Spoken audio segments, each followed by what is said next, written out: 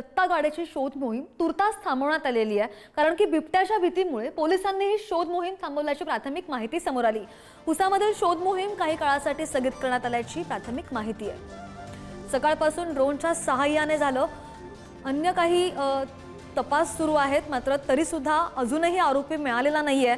श्वान पथकं सुद्धा तैनात करण्यात आलेली होती, मात्र बिबट्याच्या भीतीमुळे सध्या ही शोध मोहीम जी आहे ती स्थगित करण्यात आलेली आहे। काळासाठी उद्या पुन्हा ही शोध मोहीम सुरू होणार आहे। आरोपी जो आहे तो या गावाच्या आसपासच्या परिसरामध्ये लपला असण्याची शक्यता आहे अजूनही। आणि हा सगळा ऊसाचा पट्टा असल्यामुळे आपण या ठिकाणी ऊसामध्ये शिरून आतमध्ये अशा प्रकारचे कुठं खाचाखोचा आहेत का जिथं आरोपी तळ टोकू शकतो। काही निशाण तसे आम्हाला मिळाले सुद्धा आहेत। डॉग स्क्वॉडनी सुद्धा तशा पद्धतीने काही आम्हाला निदर्शनास गोष्टी आणून दिलेल्या आहेत। त्या श्वानाचं देखील कौतुक आहे आणि त्या पद्धतीने त्या सगळ्या गोष्टी निदर्शनास आल्यामुळं हा सगळा या ठिकाणी तपासाचा भाग चालू आहे।